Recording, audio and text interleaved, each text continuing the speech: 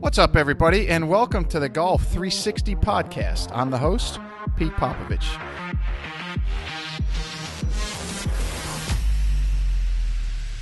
So you may be asking yourself, what is Golf 360? And Golf 360 is a show that was designed to introduce you to people associated with the game of golf to help you improve not only at your game, but also your life.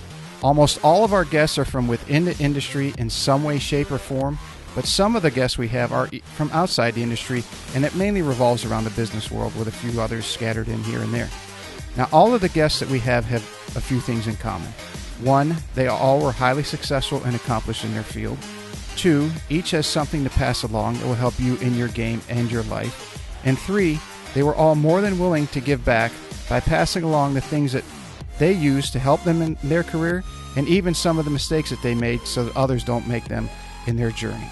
So I hope you find listening to them as enjoyable as I did interviewing them, and that each and every one of you benefits from the information that they so willingly and graciously pass along.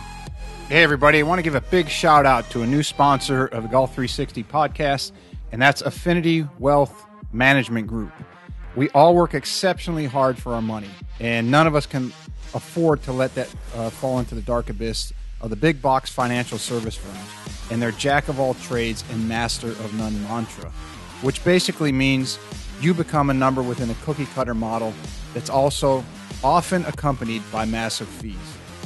Your future deserves more than average returns and little attention. At Affinity Wealth Management, they ensure that your financial goals receive highly individualized, tailored attention from experts, not just advisors, who are in the industry to be great and not average. As a client of Affinity Wealth, you receive a customized solution to your customized life, keeping in mind your family's financial situation, values, and risk tolerance. Call Affinity Wealth today for a no-cost consultation with one of their experts at 724-754-8200. Again, that's 724-754-8200. Or you can also check them out on the web at www.affinitywealthmg.com. That's AFFINITYWEALTHMG.com. This podcast is brought to you in part by Just Thrive Probiotic. You may be surprised to learn that your digestive system is the key to creating and maintaining the quality of your physical, mental, and emotional health, and it's one of the body's most essential systems. That's why the majority of nutritionists today highly recommend probiotics as an indispensable nutritional supplement. As a discriminating consumer, you've probably been searching for a probiotic that is proven, potent, and effective, and you found it. Just Thrive is your best choice for maintaining a healthy lifestyle. Just Thrive Probiotic captures the power of hundreds of thousands of years of nature's design with a specialized bacillus strain formulation that guarantees survivability through the stomach and upper digestive system. Supports optimum gut health, digestive health, immune health, and delivers antioxidants. Great for adults, kids, and the whole family. Use promo code GOLF360 at www.thriveprobiotic.com for 10% off your order. Hey everybody, I've got a fantastic show for you today. And this one was especially fun for me because today's guest, I have probably played more golf with him than anybody else on the planet. And he and his family are really golfing royalty in and around the Hilton Head and Low Country area. His name is Mick Colella, and while he may not be a household name or a recognizable name to other people around the country or the globe, in this area, he and his family owned and operated arguably the most successful golf retail operation that this area has ever seen. And we get into whatever possessed them to plop down a business in the middle of an island with 21 other golf courses who are essentially your competition. And the story that he tells about how they went about that is just unbelievable. It's such an endearing story. I believe everybody's really going to love it. And then he just, goes on and discusses all the years and the things that happened for them that just allowed them continue to build and grow. Again, the culture that they built and the cohesiveness with the local club pros and the club community and the golfing community in general. And he's just loved by everybody. And I'm sure that by the time you get to the end of today's show, you're going to have a big soft spot in your heart for him as well. So please give a big, big Golf 360 welcome to my dear friend and what is considered to be the golf ambassador of Hilton Head Island, Mr. Mick Colella. All right, Mickey Colella, we are rocking and rolling. Okay, I'm here. Can you hear me? Yep, we're all good. Okay, great. So as before we were coming on, we were woofing down some ribs.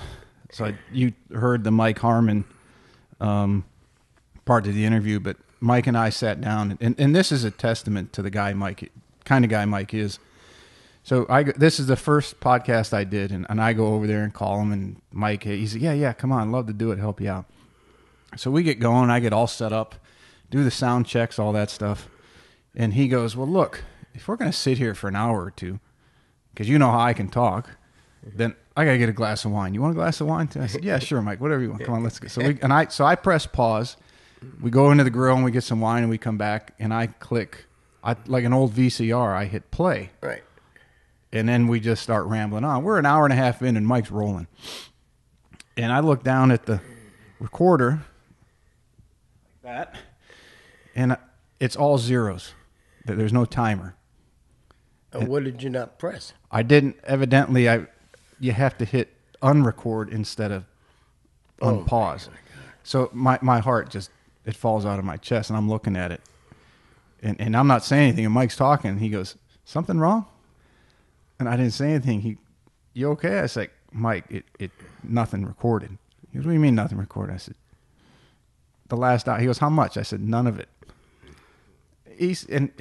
In Mike's way, I mean, he could see the look on my face, right? And he goes, so what? I said, what do you mean, so what? This hour and a half of your time, and it's in season, you're never going to get back. He says, so what? We'll do it again next week, and it'll be better. Come on, let's go back on the back porch and have some more wine. But you speak of rookie mistakes. But, yeah, I tell that to everybody, and just to say, hey, it's you don't like to screw up, but it is okay. But so let me ask you, is that son of a gun running now? Yeah, it's running now. Just let me see. Just bring the microphone a little closer to you. It'll pick up the sound better. So you've obviously been in this area for a long time. 40 years. Jeez. Yeah. And you ran arguably one of the most successful golf shops, obviously, that's ever been here, and quite arguably maybe the Southeast or in the country. And you've got a great story on that, and then we're going to get into that. I probably played more golf with you than anybody else that I know, right? And but what the hell ever possessed you to get into the golf business in the middle of one of the golfing meccas on the country? It was almost completely by accident.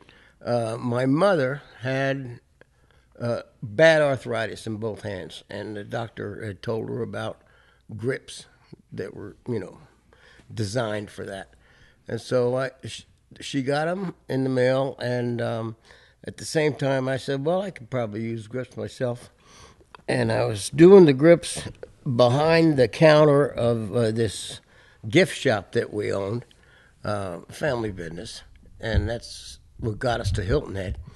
And I'm doing the grips there, and this guy's walking behind his wife moping because she's picking everything up, and she's got to make some kind of... Oh, it was just awful. I felt so bad for him. And he's looking at me, and he says, you know what? My driver needs a grip. Could you throw one on? Thinking that I did that as a service. And I said, oh, yeah, sure. And so he goes out to the car, and he comes back in with the driver, and... I was putting on green victories. What else was there back then, right? Yeah. And so I threw one on for him. And he, oh, that's great. And how much? And I said, I had no idea because I'd always done my own. And $1.70, I think, was wholesale. And I said, gee, $5. And he was thrilled. It's the only guy that I've ever, even unknowingly, I've ever overcharged. Because I think I found out that they were going for maybe $3 3.25, anywhere. And so that idea kind of took hold, and before you knew it, we had turned into a golf shop. I would get up on Saturday morning, go to either Beaufort or Savannah to garage sales and pick up wedges, and every once in a while a full set. And one morning, my sister and I were playing golf, and because the store didn't open until 10 o'clock, and she got tired of hitting her shins with all these wedges and all this crap behind the counter. And she took it all out, took a whole wall out of the gift shop, and put this stuff on the wall. So you used to keep all these old clubs that you're learning with in the office? Behind the counter. Behind the counter? Yeah. Okay. Yeah. And she just said, hey, I can't be doing this. I'm going, tripping over all this crap. So that was sort of like what got us out onto the floor of the store, out from behind the counter. Didn't your mom trip over one of them or something like that? Yeah, that was, I think, the thing that really put it over the edge. And I get tickled when people ask me, well, what was your business plan? And I didn't want this to happen, because prior to when this did happen and we went sort of legit, I was on the hip. Uncle Sam wasn't involved. It was great for me. And anyway, that's how we got into the golf business and became a golf shop. And so the golf side evidently or obviously started doing much better than the gift cards. And the knickknacks. And it wasn't something that you had to sit down with reams of paper and do figures. It was just a complete blowout. And the whole family was involved, right? Because as far as I know, you've always been a family-owned business. Well, it kind of came together timing-wise. My dad retired after 40-some years with General Motors. My sister graduated from law school, I think in New York City. Oh, Pace. Yeah. Isn't that New York? Pace? I think so. Yeah. And passed the bar and everything. And we all came down to Hilton Head at the same time. We had vacationed here and whatnot. And I was just up the road in Charleston, Somerville. And that's how we got started. And before you knew it, it had really taken off.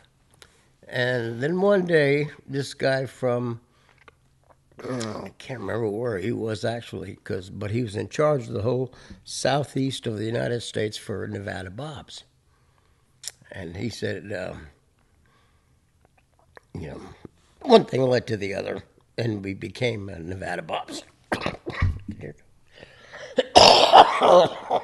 me. And that was in 1985.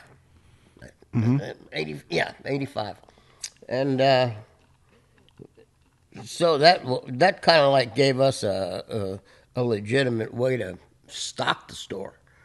All right, and one thing led to the next, and before you knew it, we were an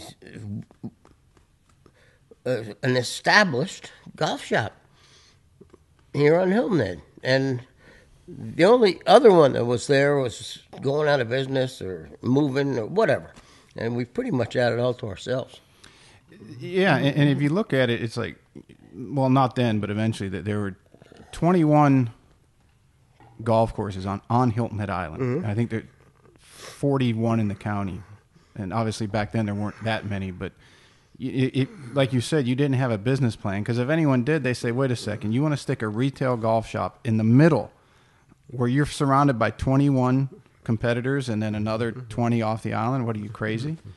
But it ended up working out, and we're going to get into how you made that work out. But as far as the family unit and the business, not even a model, but how it evolved, because your dad continued to handle the books, right? Right. And from day one, and he got no argument from anybody about that, because my sister and I both hated that stuff, and that was his strength. It worked out well. And what was the delegation of the rest of the responsibility between you and your sister? And anyone else of the family that was either working there? Well, everybody could do all the jobs. It was easy. No, that's a good question because there really was never any delegation. We knew that somebody had to be behind the counter, somebody had to open it, somebody had to close it, and that was just, it didn't even bear a lot of discussion. It was, no, really, we were just so ignorant about how to do. Nobody had ever run a retail store. But, we all figured out, how hard can it be? Be nice. And, no, I mean, I got to I get a kick out of questions like that. Because people would do this, normal people. And they would have conversations about delegating this and that and who's responsible for this or that. Hey, we all knew it had to get done. And so somebody was going to do it, and somebody always did. And I'm a little embarrassed now, being a little older and a little wiser and a little bit more experienced, that we would take practically everything my sister and I had, which was a few $1,000s each, and a little bit more from my dad, and without any more preparation than we had. It was amazing. Yeah, it was amazing. And then even the location, when you guys ended up in how long were you in the location there off of Sea Pine Circle? That was down in Coligny Plaza, right next to the Earl of Sandwich. So that's where you started, in Old Coligny Plaza. Right. That's still there for anybody that comes to Actually, I think, now it's sort of I don't know, kind of a stained glass place. I don't even know what's in there. I hadn't been back there since. And so what was the process, so to speak, of moving from that Coligny to the spot you were in the old bank? Because first we went from Coligny to New Orleans Road, which if you know where Catch 22 is, right. We were right next to them. And that renting that, and what was did you outgrow the Coligny spot? Pretty much, yeah. Because by the time we got in with the Nevada Bobs and we could actually stock a store, it was too small. Mm-hmm. So anyway, that was right on New Orleans Road, and I'm trying to think. Must have been 5 years went by.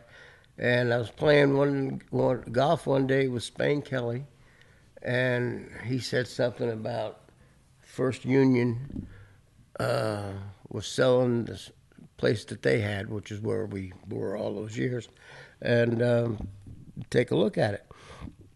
And we were so dumb, we just had to be as lucky as we were.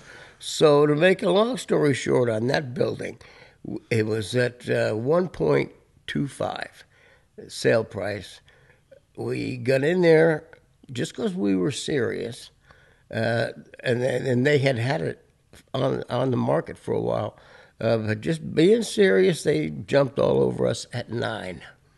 Wow! And then we had to rent it back to them at a profit. For a year, because they had all this stuff to do with the Sea Pines Architectural Review Board, which it's not even in Sea Pines. Right. It's but outside there was something with how that all worked out, and we say a year, but positive cash flow from day one. People in the real estate business, as you well know, they just dream about stuff like this. Mm-hmm. And anyway, so a year later we opened up the store, and we did it all ourselves, pretty much. The interior, knocking out the offices there, and making it unlike a bank and into a golf shop. And the 4, I think there were 4 teller windows over the side by where the outside is, mm-hmm. and the drive-through. And that became those disassembled and assembled back into the counter. I mean, we used every square inch of the place had stuff that we converted into the store. And when did you make the move into that place? I think trying to think. Actually, it was like mid-'85. And we were in there five years or 6 maybe, and then in the old building, and then moved to the new, the bank, where it was all those other years. So roughly from 90-ish until when you guys sold it a few years ago. Yeah. So you were into recycling before it was even the thing to do. Yeah, I didn't know it, though. I don't know if I'd ever heard that word. And it was a great layout because you had 2 entrances. Into the property, you had 2 entrances, right? You had off at 278, and then you had to the back alley. Yeah, 2 out front, actually, and then the back alley. Yep, and then you had a front door, and you also had a side door, and then you had the back door that was for the staff. Deliveries and stuff, yeah. But the floor space was laid out perfect. And then you had the club repair room. Yeah. As well as the hitting bays and the office. I mean, it was almost ahead of its time. No, it was just incredibly lucky. And, I should say, we did this, we did that. It fell into our laps. Mm-hmm. The place became the shop. That was the men's and ladies' rooms. They were side by side. The club repair room, the workshop was the ladies' room? Yeah, men's and ladies. And what remained as the toilet was the men's room. We lost the urinal, which did not piss my sister off. and the rest, we took out the middle wall, separating the 2, and there it was. That was the shop. Without knowing it, whether you did it knowingly or not, but given the story years, the culture that you had as far as what you guys did and by your example, and then all the different employees that you had over the years, it was so laid back and people felt it was so inviting for people to come in there, right? That I think that a lot, and knowing you for almost 30 years and being in that shop as much as anybody and seeing the people come in, and they would walk in and they'd just be happy to see the same faces, maybe a couple change, but it was, you guys ran it so laid back, and did that factor into, or is that just? I think that was more our personalities. I mean, I don't know if I ever made the rule, no high pressure, no bait and switch selling. Mm-hmm. Just here's what we got, and everybody that's in the golf business buys the shit from the same people. Right. The only thing we can do is offer more in terms of product knowledge, service. You see where I'm going with that? I mean, it's you say, well, yeah, that's kind of obvious, if you want to succeed. And I always wanted it to be kind of like Cheers, when somebody walks in, hey, Norm, And that's exactly how it was. Yeah, and that's pretty much, you're right. But no, if you take away the luck that we had, I think we might have lasted 6 months. Well, one of the things that you guys had, because I worked there on different occasions when I was either not playing or off season or got kicked out of a club or whatever. But, and especially back in that era in the early 90s to mid 90s when I was helping you, or you helped me out more. All the golf facilities around here were on that big customer service kick, and they used to send you to these seminars, and you got to do this, and you got to. It's like, why don't you just treat people the way you want to be treated? And working in your shop, you had that laid back mentality, and it's just like, okay, treat the guy like you would someone in your family. Yeah, no, and I don't know if we ever sat down and used those words. I know we didn't. It's just it was our personalities. Mm-hmm. Even when the boys, when they came on, my 2 sons, about 95, the same way. Mm-hmm. But I don't think we ever sat down and say, okay, here's how you need to act. It just was, just the way things happened to be. And it went both ways. It wasn't, just treat them the way you want to be treated, but it wasn't that kiss their ass either. No. Because I distinctly remember one of the first times I worked there, and this was when the soft spikes were becoming mandatory. Right. And you had the old TV on the one side of the counter. Right. And you were over there watching football, I think. And there was this guy in there, and he says, hey, I'd like to get these shoes, and I help him out. And he says, well, you're going to change the soft spikes. And you had a strict rule because it was taking too much time, too much staff effort, and you couldn't pay attention to other people. And you had a rule that you were not going to change spikes, right? You would sell them, but you weren't going to change them at that time. And the guy said, well, and I said, Mick, can we change spikes? And you you didn't even look away from the TV. You just, nope. And I said, I'm sorry, but we're not going to change the spikes. And the guy says, well, I'm not going to buy them unless you change them. And I yell out to you, I said, Mick, he's not going to buy them unless we change them. And you didn't even blink. Nope. The guy said, well, I'm out of here. And it's like, okay, if you want your ass kissed, then go to places going to kiss your ass. But if you want to be treated like a human being, we'll help you out. So it went both ways. And anybody that was ever in that shop on Hilton Head, and you were there. But, and I think, if I remember, I think I remember that incident. We did change them. Yeah, I think we ended up changing them. Over the course of time and all the people that came in, I used to tell people that it was like for the old neighborhoods, your place, in particular the club repair shop, was like a barber shop, because everybody could go there, and you're always going to see somebody you know, and you're always going to find the game that was on the island at the time, or somebody could call you, and you always had a list right there next to the phone of all the people who would play in all the games on Hilton Head, and it was like, well, is there a game on Hilton Head today? It's like, who knows? Call Mick at the shop. You know, I still got that list. There's actually 2 sheets of paper. I don't know why. I don't even know where it is, but I still have it. That's awesome. You gotta frame that thing, put it on the wall. Yeah. There are like 6 or 8 dead people on there. That's so. You know, the other thing I remember you always had was the on the door into the shop was the Golf Digest Top 100 courses, and you had highlighted each one that you had played. So how many of those did you highlight? I had 8 out of the top 10. Oof. Missing only the one in Michigan. Where Hogan won the U.S. Open. Oakland Hills. Yeah, Oakland Hills, yeah. And there's one up in, I think, upstate New York somewhere. Oh, yeah, trying to think. Anyway. So you got Augusta. Had Augusta. Pine Valley. Oakmont. Let's see. Olympic?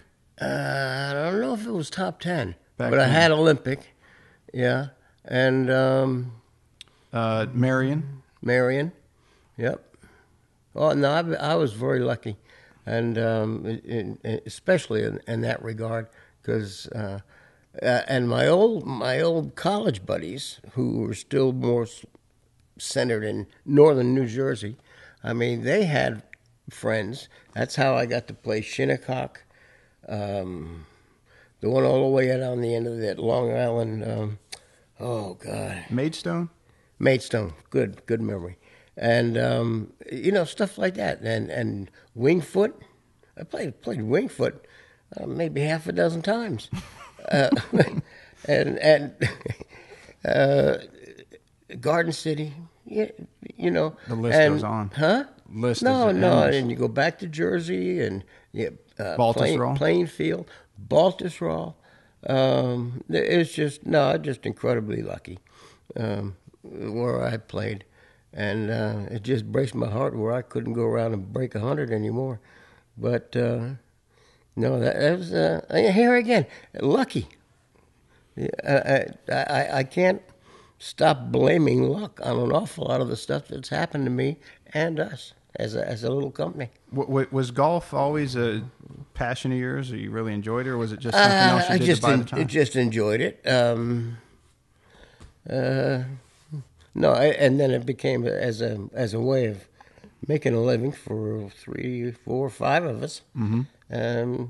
But no, I just always enjoyed playing. It's what I did. If it was daylight, I'm playing golf or I'm working. Yeah, and that's kind of where that question came from. Yeah. It's like, how many people can say that they actually, by chance or by choice, got into a field that they enjoyed already. And then not only did that field afford them the opportunity to make a living, but afforded them to go and do what their hobby, we'll call it for lack of a better term, playing golf, but do that at some of the best places in the world. Yeah, no, it was just an awful lot of serendipity, a lot of good timing, lucky timing. One of the things, the only thing I might have done with forethought is I decided that the golf professionals around the island, everything on them was dead costs. We didn't make any money. We just gave them a way to order clubs, buy clubs if they had something on order or hadn't come in, everything. Mm-hmm. And I didn't realize it at the time. I wasn't smart enough.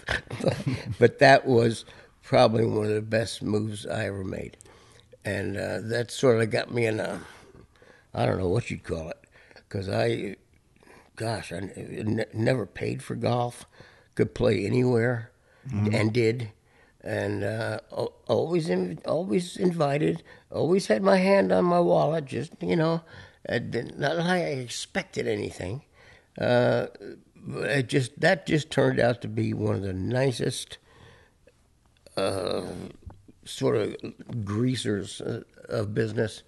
And I did that without knowing how good it was going to turn out. Well, yeah, it's a good deed, right? You take care of the locals profession, and that was back when Hilton Head was really locals really took care of locals, because that's who supported you when we really had an off season. But that was, and I think that, it's a kindness of your heart you did that, and it ended up paying you in spades. Yeah. Because I tell people when they ask, well, who's coming on the show next, and I tell them Mick. Now, a lot of my friends or family obviously know you, but some that might be up in Michigan still or in the Chicago area, they're like, who's Mick? And I tell them, I said, look, basically Mick was the golf ambassador for Hilton Head for 40 years. He's like the godfather, because you had this relationship with every course on the island and in the area that if they needed something, they knew they could call you that they couldn't get, and you would get it for them. Whether they didn't have an account with that whole manufacturer or who else, and you would help them out and not charge them. And vice versa. If you had a couple buddies come to town and hey, would you mind if we came out? And yeah, absolutely. Come on anytime you want to. Yep. No, it was, and you mentioned Hilton Head back then being a small town. This is the only kind of thing that could happen in a small town. Mm-hmm. All right, you're not going to have a city where you've got 3 or 4 golf shops just can't wait to cut each other's throat. No way. It's because we were a small town. You just didn't have to be here too long to get to know everybody in the business. Right. All right, because there just weren't that many of us. Well, I remember that's how I came into your shop the first time. 19 would have been October, about this time of year, late September, October of 92, because I needed some golf balls, and the shop didn't have the kind I was looking for. And all the staff said, go see Mick at Nevada Bob's and tell him that you work here, because he gives all golf pros a discount. And I remember going, I was nervous as hell. I didn't know anybody. I didn't know who you were. I was like about 19, and I came in, and he checking me out, and I said, look, the guys over here at Sea Pine said you give us a discount. You was assistant. Okay, yeah, here you go. I was like, wow, this is awesome. Because I came from Detroit, and nobody up there did that. Right. And that's, it speaks to everything that we've been talking about. You mentioned being in Somerville before you moved down here, and was that? Were you there? Did you go there after you got out of the Marine Corps? Yeah, and so I got back from Nam in '70, stayed in the reserves. Got out in '70, stayed in the reserves for a year because I was worried about my house payment, which was $110. This is not rent. This is house payment. $110 a month. And that happened to be almost exactly what I made in the reserves as a first lieutenant. So it was just to have that huge bill taken care of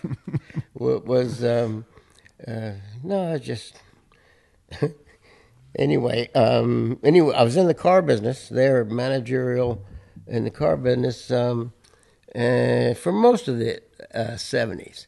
And then came down here in late 70s, 1980 or so, and I've been here ever since. Yeah. What was the Marines? Did you was that a draft going back to Vietnam? Oh, no. Or was it... That was, although I was in the last year of the draft, and after that it became this lottery number, and if you got anything higher than 2 digits, you pretty well had it made. You weren't going in. No, I was going to get drafted. It got called in for the physical, passed that with flying colors, and I said, well, I'm not going to be a private in the Army. So I enlisted in the Marine Corps, and through officers training, because I already had to finish with college. You go to Quantico? Quantico, exactly. And, inside of a year later, I'm in Vietnam as a young infantry officer commanding a rifle platoon. And talk about your head swimming. Inside a year. And I was lucky again because I was good at things that you would never think I would have been good at. I was not a hunting and fishing guy. I wasn't a gun guy. And it's not that I didn't like these things. It's that I'd rather play sports and, chase after girls, which was pretty normal, I think. And so I found myself in Vietnam. There were 1-year tours, and I had and the RTD was a rotation tour date. Was when you got there and when you went home. And mine was easy to remember. It was July 4th. Wow. I got July 4th, 1969 to July 4th, 1970. And again, talk about selective luck. Try combat. It's just one of the most truly amazing things you can imagine. How one guy is just going to go on. He's going to go home 10, 11 months later, and the next guy over by him is probably going to go home tomorrow in a box. It's just truly amazing. And how old were you then? 23. So you're 23, and you're the elder statesman, more or less, as far as, as who you're in charge of. Oh, yeah, all the kids that I was in charge of was, they were probably 18, 19. And I was the oldest of the younger crowd. I had a platoon sergeant who was a career Marine, had been in for probably 8, 10, 12 years, and he was 28. Wow. He was the old man. And the action that we saw, I was in the northern part of the South Vietnam, which is close to the demilitarized zone. Heavy jungle, triple canopy jungle. But most of the action that we saw was small units, North Vietnamese either coming back fully loaded or going home for resupply, and a little bit to our west. And we never had to worry about enemy aircraft. We never had to worry about a lot of the things that the guys that we faced had to worry about. If we got into any kind of a problem, there'd be a couple of Huey gunships over our heads in what seemed like minutes. Mm-hmm. And anyway, it was a good place to be in Vietnam because down south we didn't know it at the time, but down south that they had civilians to worry about and little 12-year-old kids with bombs strapped to them. Whereas up north in the jungles, and no booby traps in the jungles because they were using the same trails that we were because it's thick. You can't be cutting your way through machetes all day, and every unit in any service, they think that they've got the weight of the world on their shoulders, right? That's just human nature, and yet we had it pretty damn good. We had it pretty good. And I'm trying to think of, I don't have really too much negative to say about that period of my life. I'm glad that I got home and in one piece, but I'm still glad that I was there and went and joined the Marine Corps. I think that's probably one of the nicest or best things that's ever happened to me. As far as, I don't know what. It's hard to explain, but it sure didn't hurt. Right? Did you see yourself, because by the time that you guys had the golf shop and then you were dealing with the local pros, where most assistants and pros are younger than you are, by a fair margin, right? Did you kind of... Yeah, did because you use when I moved to Hilton Head, I think I was 33, somewhere in there. Mm-hmm. Yeah. And most assistants are 19, 20, sure. 23, right? Yeah. So did you draw on your military experience that you had where you're overseeing young kids and utilize that in your golf career? No, not too much. Not too much. I mean, there are probably things that it did to me personally that were good. But not that actually materialized in terms of hand-to-hand contact with young pros. No, it's a good question, but I don't think so. Not completely. Let's see, I was 30, 34, trying to think, and this would be early 80s. Yeah. When we started. Now, at the time we were here a couple of years in the gift shop before we became Nevada Bob's, and yeah, so it'd be about 82 or 3. Mm-hmm. Okay, and then God, one thing, you know, Pete, after all these years, a lot of it gets blurred, but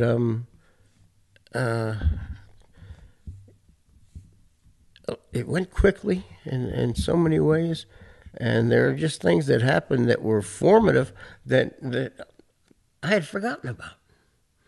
You know, it's anyway. The where was I going to go with that? I had Colonel Drew Smith on. He was a retired Marine Corps colonel, was slated to be general. I think his brother was a 2 or 3 star general. Oh, yeah? His dad was a general. Yeah. He was, I think, the second episode we did. And the whole thing revolved around, or the discussion revolved around the importance of routines and discipline.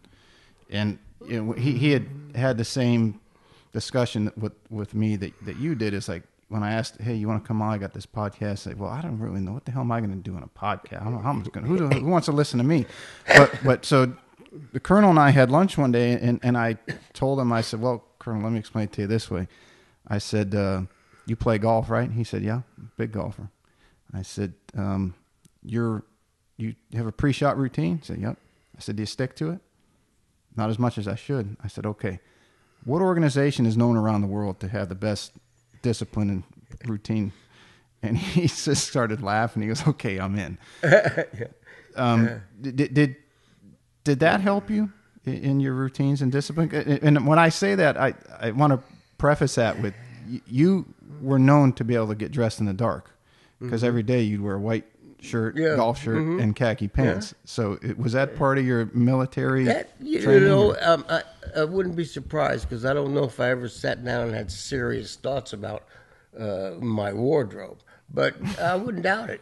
You know, and basically, I know way down deep it was laziness. I didn't want to have to. I didn't want to have to go through a closet and pick this color and make sure it matched with that color. But you know, talking about a general, it reminds me of a story that I'll never forget.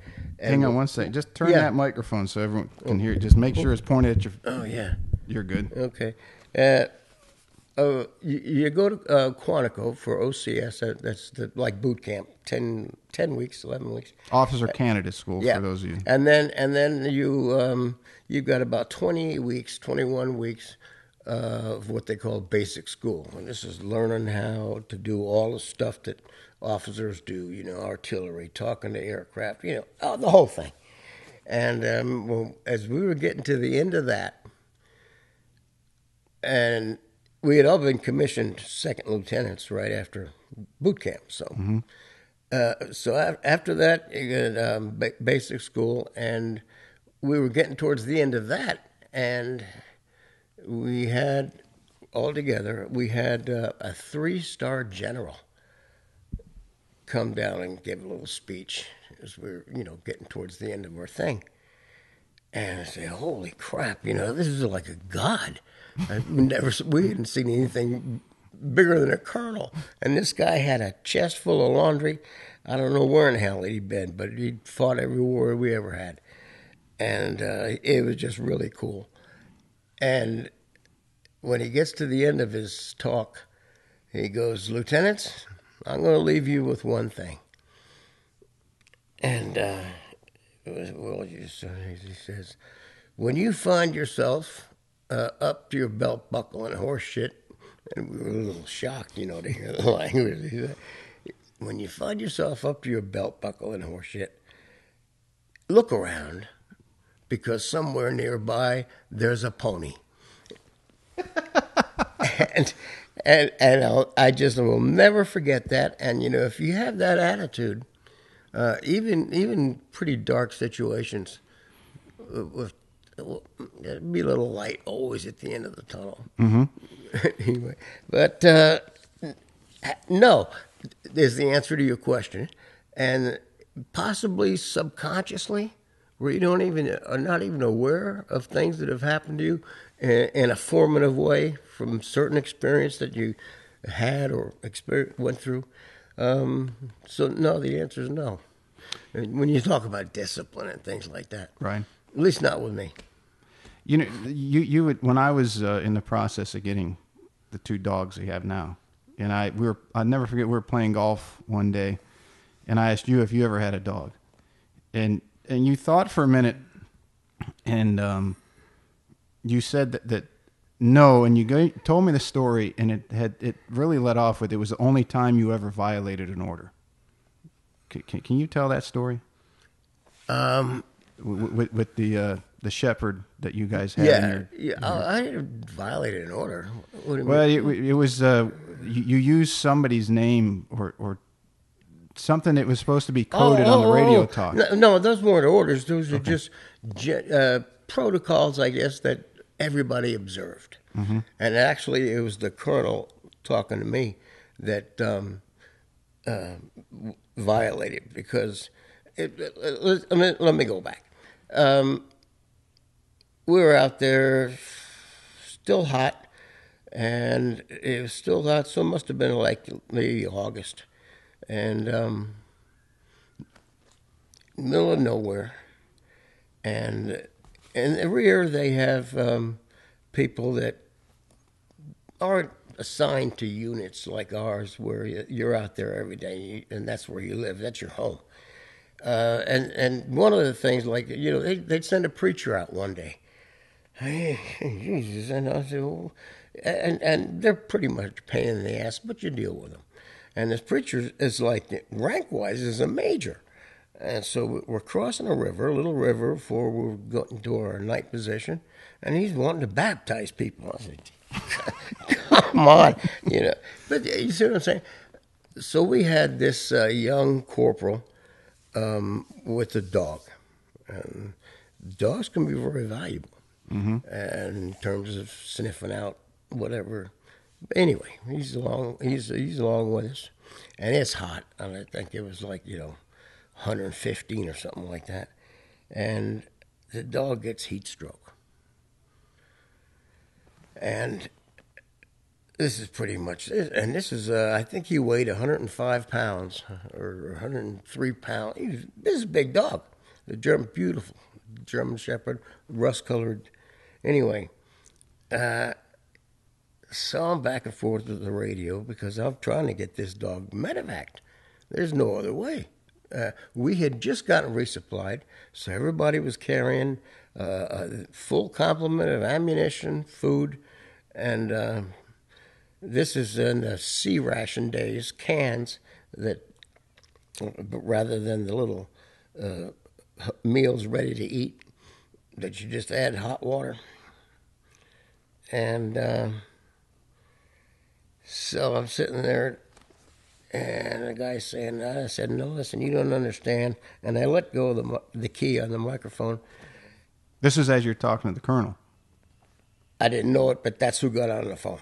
He was in the rear headquarters area, and he goes, God damn it, Lieutenant, this is Colonel Gott. You're the one that doesn't seem to understand.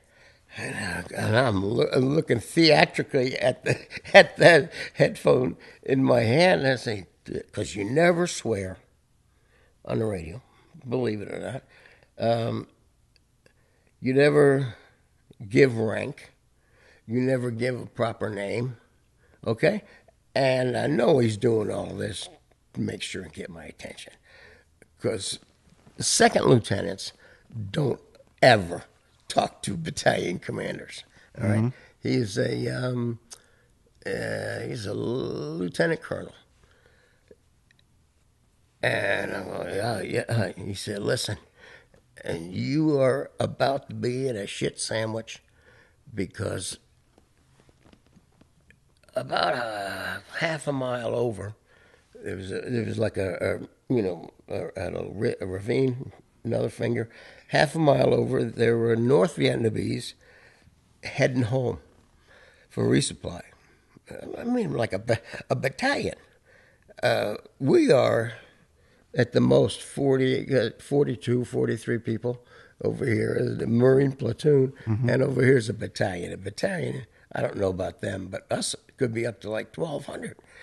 A lot of people, all right? And there was helicopters didn't like to fly, and this and that, and all this other shit. He says, you need to take care of whatever problem you have and get the hell out of there and get to your coordinates by tonight. By the late 6 o'clock, whatever. And I said, yes, sir. Here's the kid, this young corporal that with the dog, who's raised this thing since he was a puppy. And basically the colonel was telling you when you did take care of it, he means old school, like take care of it. All right? And there was no way we could hump him. We couldn't carry him. And we had thought about, we did a thing with a poncho, sort of a makeshift thing, put a stick through it, and he's too heavy. He's too heavy. And so I'm looking at this kid, and I'm saying, you understand what's going on here? And yes, sir. I said, so I was going to let him do this, but I said, no, I'll do it, because nobody's ever said to do this, but if there's anything wrong with it, this way we don't have a lot of people. You did it. All right, I'll do it. I says, get ready your dog food. Get rid of all the extra stuff you got. We'll get you a weapon, and you move on furthest away. I says, go with the first platoon, and he's, yes, sir, and he knows what's going on, and yet he doesn't really know. He doesn't believe it. So he gets off, and I said, everybody get ready, saddle up, we got to go. And I took my 45, which was just worthless. It was in a holster, wrapped in tin foil around you, because it's so fucking wet, you know. And anyway, he wrapped it around, not like my poncho, but you had a little, almost like a sheet that went inside your poncho for sleeping if it was cool at night, and wrapped it around everything, and took the dog off the main trail there where we were sitting, and down and shot him in the head, and he was out of his misery. But and we took off, and there's really no denouement to this story because that's really all we had to do was take care of the problem with the dog, which I did, and we had uneventfully got to where we were supposed to be by 6, 7 o'clock that night. Well, I think that whole thing goes to the whole mantra of you. Yes, you might have gotten great timing and luck in falling into the golf business, but the relationships that you developed with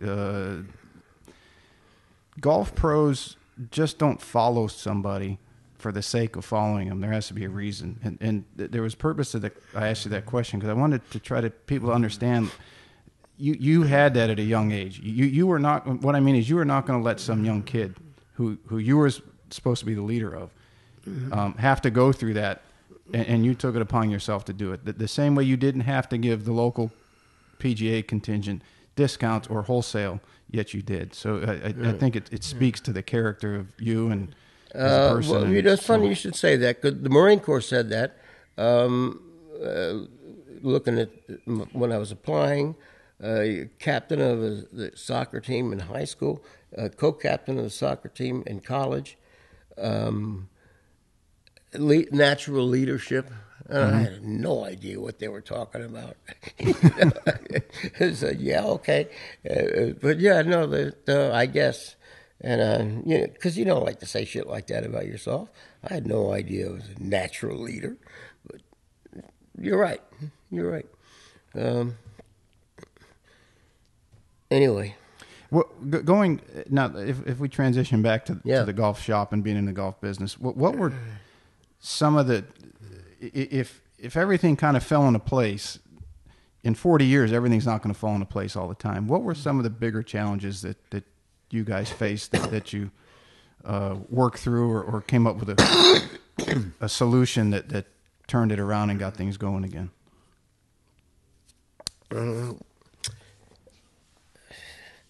Well, when we were first starting out, it was we hit. I wouldn't call it trouble, but it was just they weren't calling on us as to get open with everybody. You mean the manufacturer? Yeah, and you wouldn't suspect it. Wilson was a pain in the ass, and it could be their representative. And Wilson at the time was the head honcho in golf equipment. No, they were already. On the way down, at the head, getting it there now was Callaway, which was new. They were like I think they were new in '89 or '90, and so you had Callaway. Titleist, of course, was like the gold standard, and Taylor was making a name for itself, but one of the ones that you would think would have been higher up was Wilson, but and a lot of this is management. Okay, Daiwa was very strong early on, and that they had the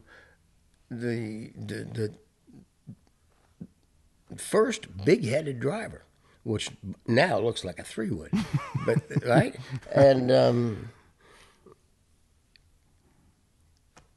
It was more management. In other words, Daiwa really kind of gave an entry to Callaway because Daiwa, they're Japanese, and if you don't know much about that culture and that manufacturing culture, if they had a chip on one of their drivers, they had to see it.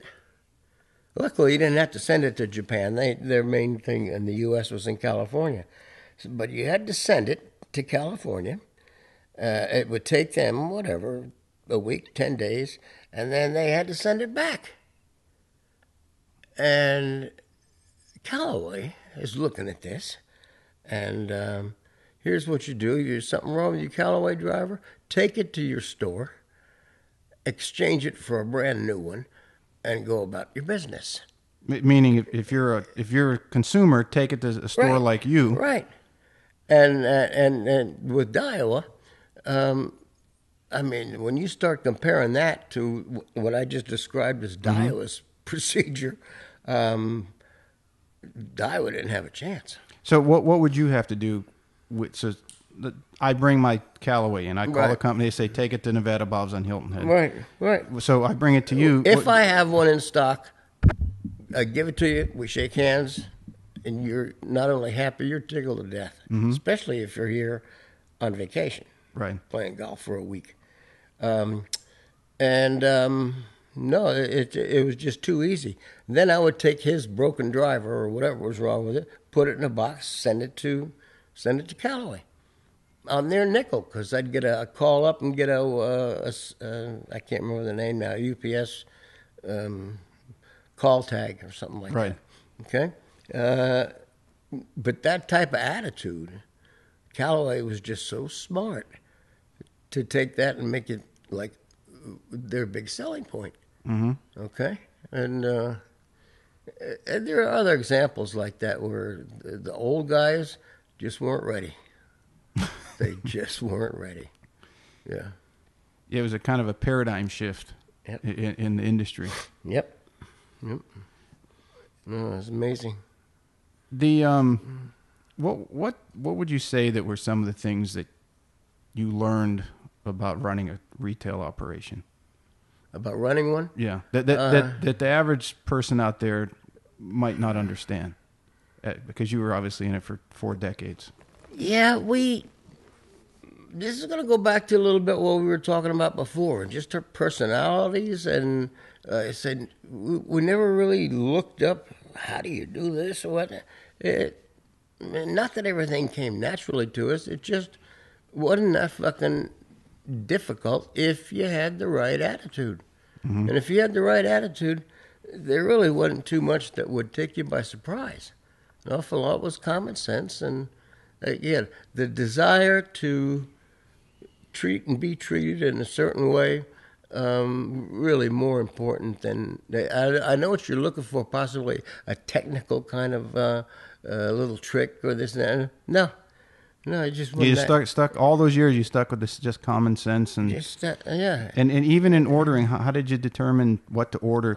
We were just very conservative, and no big amounts. I'll give you. Oh shit! Who was it? Bridgestone. Bridgestone. Tire company, right? Anyway, they got into the golf ball business. This is even before they had any clubs or anything. And their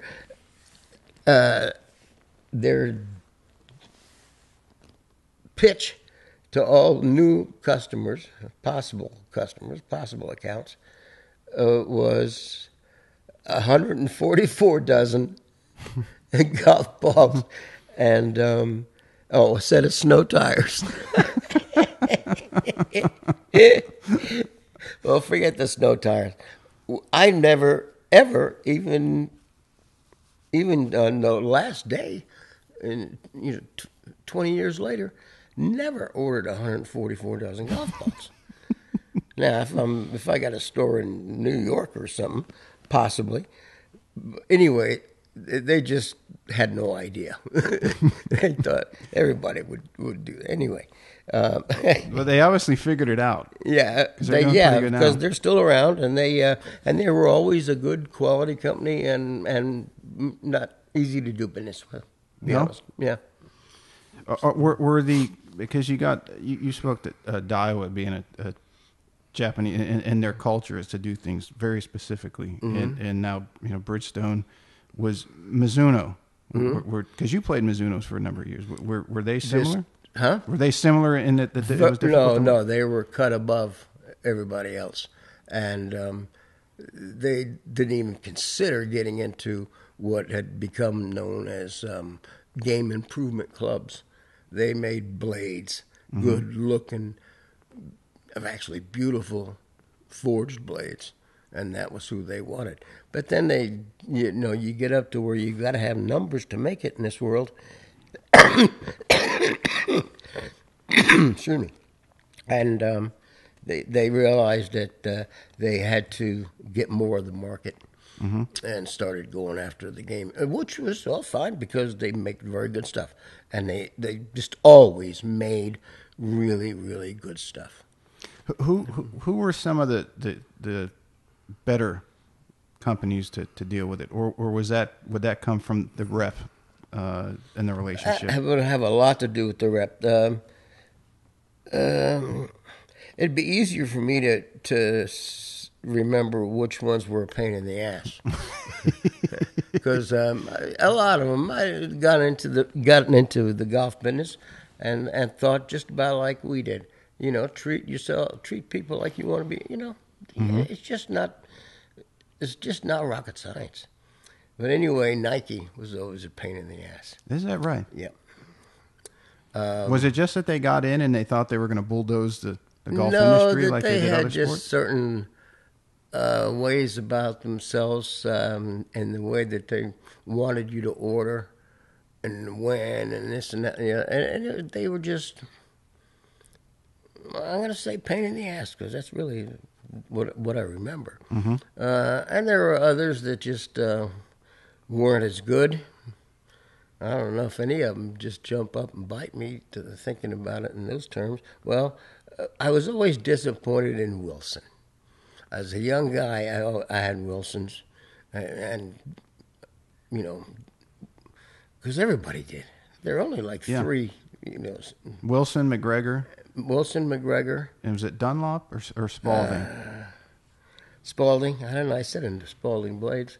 Anyway, you know what I mean. I mean, the names now that are just standard bearers for quality clubs, they didn't exist.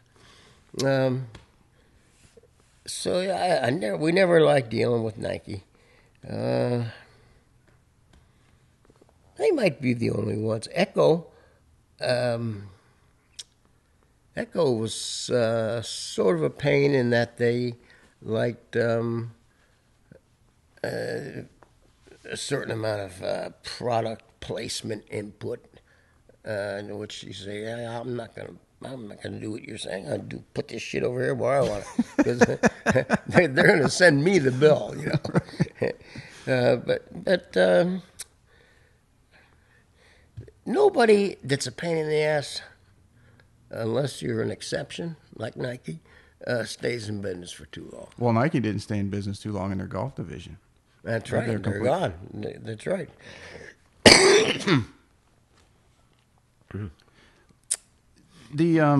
As things progress, we were talking before we came on that you really got out at a good time. So you guys sold got out of the business, sold the building and the land. And that was another lucky thing. Somebody came up to us and wanted the building, and that started that whole thing rolling. Mm-hmm. I don't know if we would have been smart enough to get out. So the circle completed itself on the good fortune on that. Oh no, that's really the most amazing thing, is that we never just really had caught a bad break. But I even remember a few years ago, and probably a year or two at least before you guys did pull the plug, and you were starting to say, that people just, the society has changed so much, and that people just want and they demand, and it's not like they come in happy anymore, and it's becoming harder and harder. It felt like, even though, I don't know if our population ever got so much, but it felt like we were no longer that small town. Yeah, Hilton Head definitely changed. Everybody knew everybody else, and no, you remember, and that was, I'm trying to think now, about 2012, 2011, 2012, right in there, seems like. Yeah, as we were coming out of the recession. Yeah, it was, you're right. So that was when it was, and it kind of forget the encroachment of the internet. Mm-hmm. Now, we were at a place where your customer, by and large, 85% of our business was tourist, visitor, okay? They're here, and if they've got something that they need in terms of a club, they got to have it today, okay? If it's broken, it's got to be fixed by tomorrow. So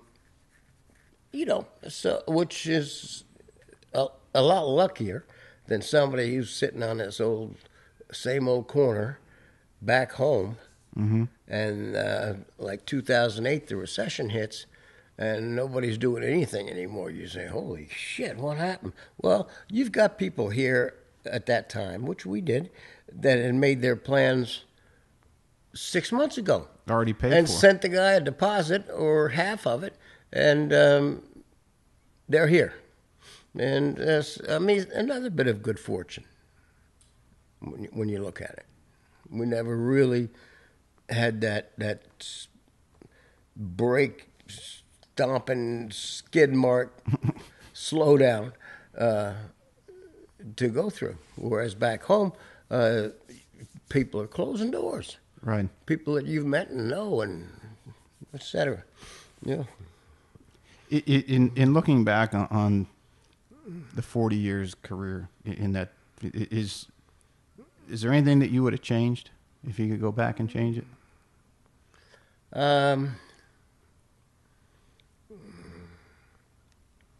Yeah, I could have worked harder. Yeah, but why? I mean, but you had the ultimate job to where you basically had a membership to every course in Beaufort County. Yep. And you would open the shop at when? 9 o'clock? 9. 9, and you'd work till when? Usually 2 or 3? No, if I was playing golf that day, maybe 2 or 3. Right, but, there were an awful lot of times when I didn't play. And let me tell you something. If the door is open to a store 7 days a week, mm-hmm. including Sunday, you don't want to know my hours, because you're still going to put in more hours than any normal, sane person. Yeah, there were plenty of days where you had to call me and say, I can't get out. That's not going to happen today. And which was okay. When you look at the freedom, the independence, mm-hmm. right? Making your own decisions, et cetera, et cetera. No, it was nothing to bitch about. I don't know about if I'd have changed anything. I might have been. I tell you what I would have done. I would have gotten into the mindset that could work with and look for a future with the internet. Okay, I was slow because I just don't like that shit. I don't never. You mean where people could have got online for the store and ordered things from you? And just everything about it. Mm-hmm. Everything about it. It would have made ordering much easier. Rather than having to wait for a human being to walk through the door, and et cetera, et cetera. No, I could have been faster on that uptake, just myself. Right. And if I'd have done it, I would have set the example, and everybody else because everybody else was certainly ahead of me as far as how to do things on the internet. Mm-hmm. Right. So, yeah, I was late to the internet game myself. But other than that, we didn't really make too many mistakes, and like I say, we stayed lucky. I hate to keep going back on that, but by now you've probably realized that it was one of the true ingredients of our. It might have been the main ingredient. You go changing that, and it might have changed the. Like those people you see those movies on. They wish they could go back in time and change one thing, and then they have the dreams or whatever, and they do, but then the entire rest of their life changes. Right. Was it the butterfly effect? Yeah, I think it is. Now, how long have you been? When did you guys finally close the door? When did you? That's what I'm trying to think now. I think about 3 years, hasn't it? 15 or 16, I guess. So 4 years. Yeah. When you wake up in the morning, are there any days that you're maybe sitting at a stoplight and daydream a little and say, I wish I had the store to go back to today? Not with the way things have become with the internet and retail is. I think retail is. Just not a good thing to be doing anymore. No, it does not. The future looks grim. No, it does. Even on Hilton Head. Yeah, no, it's just not. I know Amazon's a wonderful story and a great stock, but they do more harm than good, in my opinion. For especially for small town operations Yeah. like you guys had, mom and pop stuff. Yeah. You want to get into some rapid fire, and then we'll go have a scotch. What's rapid fire? Questions are quick, easy, easy. Oh, no, fine. All right, ready? I'll fire away. So if you haven't figured it out right now, Mick is obviously a golfaholic, right? You've been in the golf business for so long. You play all the time. You played everywhere around the world. Yeah. So the Ryder Cup has a walk-up song. Is it what? It has a walk-up song. When the players walk up to the first tee, there's a song playing that they get to pick. Like Rolling Stones, whatever, Satisfaction or whatever it is. So if you were on the Ryder Cup team and you're walking up to the first tee, what song are they playing for you?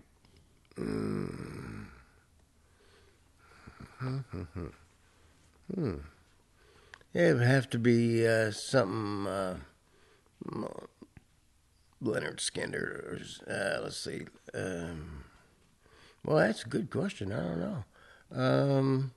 I'm going to say I'm going to say Leonard Skinner or ZZ Top. Tush.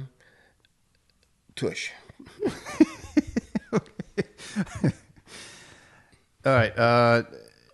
If you had a superpower, what is it? What would your superpower be?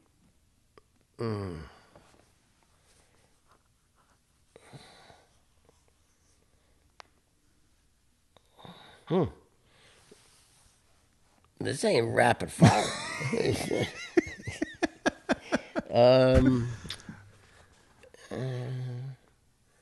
I guess being able to fly. All right. If you could have anyone swing in professional golf, whose would it be?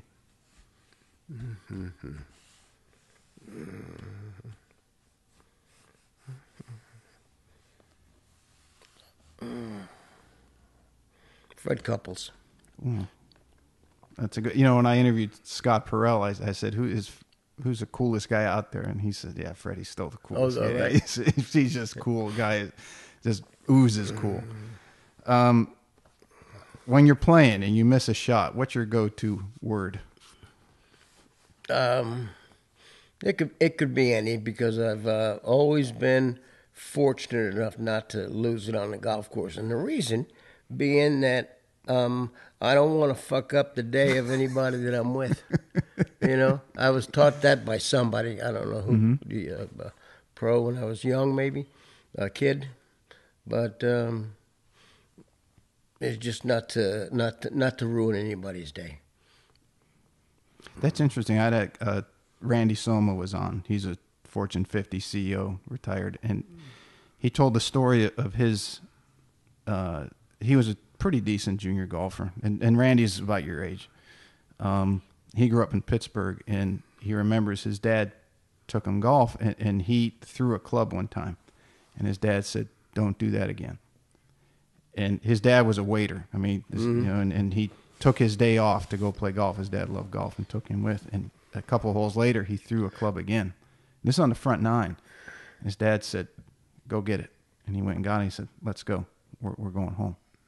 And he said his dad didn't say a word to him the whole way home, which made it even worse because he felt so small that here he ruined his dad's only day off because he threw 2 golf clubs. Right. And he said, and he's 70-some, he has not forgotten that 60-some years later. Yeah. So it's a very, I think that's what golf does for people. Is it makes you think more of yourself. I can't remember any life-shaping experience that caused me to do that. There had to be something that maybe I just didn't remember the circumstances or the personalities, but you had to have had. Kids don't think of shit like that on their own. Mm-mm. They don't. But I was fortunate in that I never had a temper that had to manifest itself in that way. throwing clubs, breaking clubs. We got a few friends of those that think they do enough for both of us. Oh, boy. Don't we, though? Let's see. A couple more. Your favorite thing to drink on the golf course? I got to where I'd never drink on a golf course other than, water. But I would say it would still have to be scotch. When I do drink on the golf course, which is hardly ever. Yeah, we played in the Riley's tournament. Yeah. And I remember I told my girlfriend, I said, shit, I didn't get Mick a gift because you got us in the tournament. She ran to the liquor store and came back with a 25-year-old bottle of scotch. And I said, hey, Mick, here you go. Thanks for inviting me to play. And we're in the third hole, and you open it up, and here are drinks. I remember that. And that was, as a matter of fact, it was kind of expensive stuff. Yeah. That was a gift, and you busted it open and said, come on here. No, I said, no, Mick, that's good. That's yours. Like, no, come on. But again, that's to who you are. I mean, where was that? Port Royal. Yep. And that was the year it got the wind chill about 45 degrees. Oh, it was awful. It was I awful. remember it. When the minute you said Port Royal, I remember how awful it was. Let's see. Walk or ride? What do you prefer? Oh, walk. I mean, given everything physically, and it's not painful. Right. Oh, I'll walk. Never, no question. Now, having said that, I know the impact of the golf cart on the golf industry in this country, and it would not be as we know it, even remotely close, in terms of everything. It's been a valuable vehicle, the cart, for golf as far as a moneymaker. I think as the game has its challenges, I think that the golf cart played a role in diminishing the growth to a certain point because it kind of kicked out a lot of caddy programs. Yeah. As clubs were looking at revenue, I don't think that they looked at the long-term unintended consequences. And very good point. Let's see, a couple more. Caddyshack or Tin Cup? Oh, Caddyshack. I should have known that. Your dream foursome?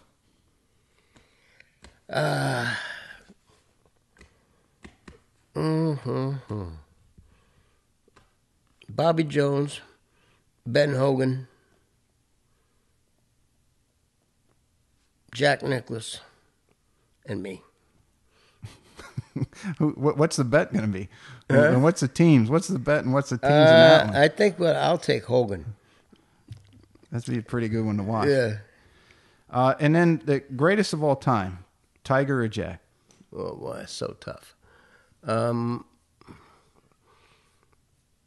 I think Tiger got a little unlucky with the health issues, but he had such a fantastic short game, which Nicklaus never did because he didn't need it. Mm-hmm. I can't find myself enjoying either side of that argument. I guess if you have to go with major championships, you still have to go with Nicklaus.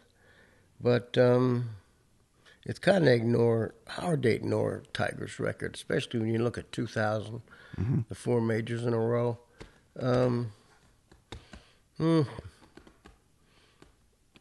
Only because of the short game, I might have to say Tiger. Record-wise, obviously, it's still Nicklaus, so we'll see. We'll see. The story's not over yet, is it? No. Hey, this has been awesome. I love you to death. Like family, all the golf community around this island loves you to death. We hated to see you close your doors, but we knew it was time and appreciated all you've done for everybody around here. And I hope this chat we had today, people that aren't from this area get to know you a little better and really enjoy your story. No, well, thank you. That's very nice. It was enjoyable. It was good. All right, cool. You're stirring cobwebs up here. I said. That's what I do. Yeah, good. Let's go have some scotch. All right. Talk me right into it. All right, everybody, thank you so much for listening to today's show. If you enjoyed it, you can find more information on today's episode and other topics at golf360.blog. There you'll find the show notes and links related to this episode, as well as any other episode that we've done so far to date. If you're interested in improving your game and would like to learn more from yours truly by taking a private lesson, a half-day or multi-day school, club or putter fitting, you can reach me through the blog site or by email, pete@golf360.blog. So some of you may be asking, what is the golf paradigm? All you have to do is click on the homepage while on my blog site to discover how you can start playing better than you ever thought possible. Or you can simply sign up, again, on the blog page for my instructional videos where I give regular tips on all areas of the game to include the swing, club design and fitting, health, fitness and nutrition, the mental aspects, and equally as important, the integration of all those things together. I'm also on social media, and you can find me at The Golf Paradigm. That's Paradigm, and I'm on Facebook, Instagram, and Twitter. And don't forget to subscribe to my YouTube channel, also under the same name, The Golf Paradigm.